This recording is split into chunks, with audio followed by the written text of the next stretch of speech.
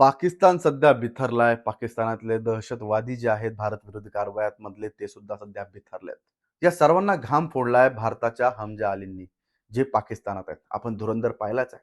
धुरंधरमध्ये जसा एक हमजा अली पाकिस्तानात जातो, अंडरकव्हर ऑपरेशन करतो आणि एक जे त्याला मिशन दिलेलं आहे ते पूर्ण करतो. पण पाकिस्तानात अशी किती मिशन होत आहेत हे जर आपण पाहिलं तर कालचीच म्हणजे 21 तारखेचीच गोष्ट जी आहे, 21 मे 2026, इथं हमजा बुरहान नावाचा एक आतंकवादी आहे, त्याला पाकिस्तानातच अज्ञात हल्लेखोरांनी गोळ्या झाडल्या आणि त्याचा खून केला, त्याची हत्या केली. आता हे एक प्रकरण आहे, पण मात्र हे सर्व सांगण्यामागचं कारण म्हणजे ही पाकिस्तानातली पहिली नाही, हे टार्गेट किलिंग याला आपण ज्याला म्हणू शकतो, हे जवळपास एक 15-16वं टार्गेट किलिंग हे पाकिस्तानात झालेलं आहे. आणि सांगण्यामागचं कारण काय, हे टार्गेट किलिंग म्हणण्यामागचं कारण काय आहे, की जे हल्लेखोर येतात गाडीवर दुचाकीवर बसून, ते कुठंही कधीही सापडलेले नाही आहेत आजपर्यंत. 2022-23 पासून जो हा सिलसिला चालू झाला आहे पाकिस्तानात, त्यातल्या एकाही कार्यवाहीचा किंवा एकाही हत्येच्या प्रकरणातला आरोपी सध्या पाकिस्तान सरकारला शोधता आलेला नाहीये, पाकिस्तानच्या एजन्सीजला सुद्धा शोधता आलेलं नाहीये. नेमकं हे काय घडलंय, कोणाकोणाचा आतापर्यंत या सर्व याच्यात जीव गेलाय आणि पाकिस्तान मात्र कसं हतबल झालंय ते आजच्या एका व्हिडिओमध्ये पाहणार आहोत. मार्च 2025 मध्ये अबू कताल उर्फ फैजल नदीम याची पाकिस्तानातल्या झेलम भागात हत्या झाली. तो लष्कर ए तय्यबाचा महत्वाचा एक ऑपरेशनल कमांडर मानला जात होता. जम्मू काश्मीर मधल्या अनेक हल्ल्यांच्या कटात त्याचं नाव होतं. तो एका बैठकीनंतर परतत असताना अज्ञात हल्लेखोरांनी त्याच्यावर गोळीबार केला. 11 ऑक्टोबर 2023 ला येऊयात आपण. शाहिद लतीफ याची पाकिस्तानातल्या सियालकोटमध्ये हत्या झाली. 2016च्या पठाणकोट एअरबेस हल्ल्याचा तो प्रमुख सूत्रधार मानला जात होता. मशिदीत नमाज पठण करत असताना तिथं 2 बंदूकधारी आले आणि त्यांनी त्याच्यावर गोळ्या झाडल्या आणि त्याच्यासोबत आणखी एक व्यक्ती होती, ती सुद्धा त्या हल्ल्यात ठार झाली. नंतर ते बंदूकधारी जे होते ते तिथून गायब झाले. त्याच्यानंतर 2024 मध्ये खलीद रजा याची फेब्रुवारी 2024 मध्ये कराचीमध्ये हत्या झाली. तो काश्मीर मधल्या एका कट्टरपंथी नेटवर्कचा भाग होता. बाईकवर आलेल्या अज्ञात हल्लेखोरांनी त्याच्यावर जवळून गोळीबार केला. आता अशी माहिती ही पाकिस्तानी माध्यमांनी दिलेली आहे. त्याच्यानंतर शेख युसुफ आफ्रिदी याच्यावरही पाकिस्तानात प्राणघातक हल्ला झाला. त्याचं नाव सीमापार म्हणजे पाकिस्तानातून भारताच्या इकडे म्हणजे आतंकवादी दहशतवादी कृत्य केले जातात, त्याच्यात त्याचा हात होता. त्याचबरोबर झिया उर रहमान, मोहम्मद कासिम आणि रियाज अहमद या 3 जणांवरही विविध ठिकाणी हल्ले झाले, गोळीबार झाला आणि संशयास्पद त्यांचा मृत्यू झाला. नंतर येऊयात मुफ्ती कैसर फारूक. हा कट्टरपंथी प्रचारक होता आणि भारत विरोधी भाषणांसाठी ओळखला जायचा. 2024 मध्ये त्याच्यावर मशिदीजवळच गोळीबार झाला. तो नमाजानंतर बाहेर पडत असताना 2 हल्लेखोरांनी त्याला लक्ष्य केलं. या घटनेनंतर कट्टरपंथी नेटवर्कमध्ये मात्र प्रचंड भीती पसरली. नंतर अब्दुल रहमान मक्की हा एक लष्कर तोयबाचा वरिष्ठ नेता आणि हाफिज सईदचा मेहुणा होता. 2023 मध्ये त्याचा मृत्यू झाला.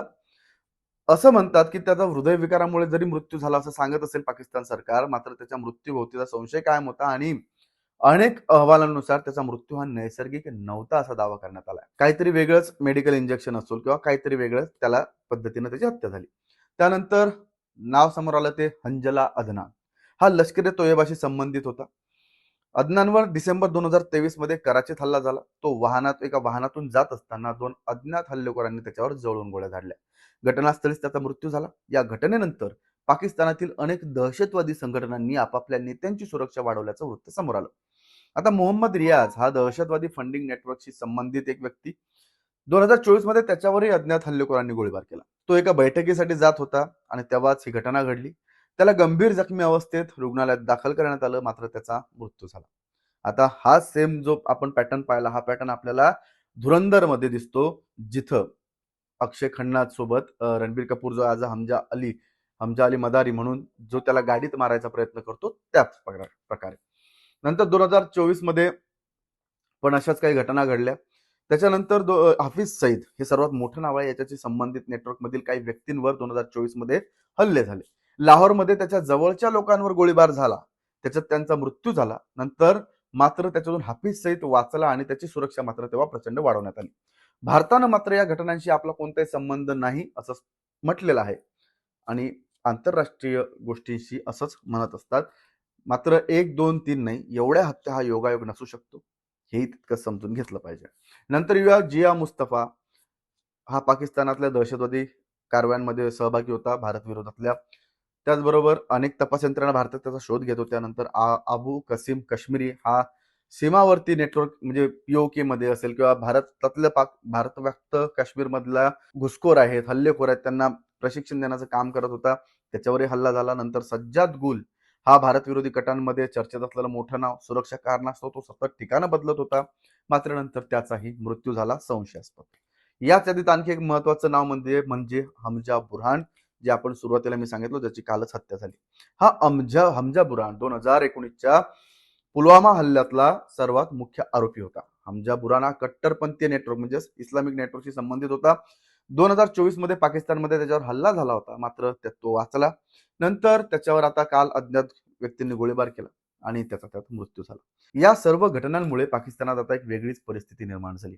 दहशतवादी नेटवर्कशी संबंधित अनेक लोक आता सतत भीतीच्या छायेखाली राहत आहेत. सांगितलं जातंय की ते आता आपले ठिकाणं सतत बदलत आहेत. त्याचबरोबर त्यांनी आपली सुरक्षा वाढवली आहे.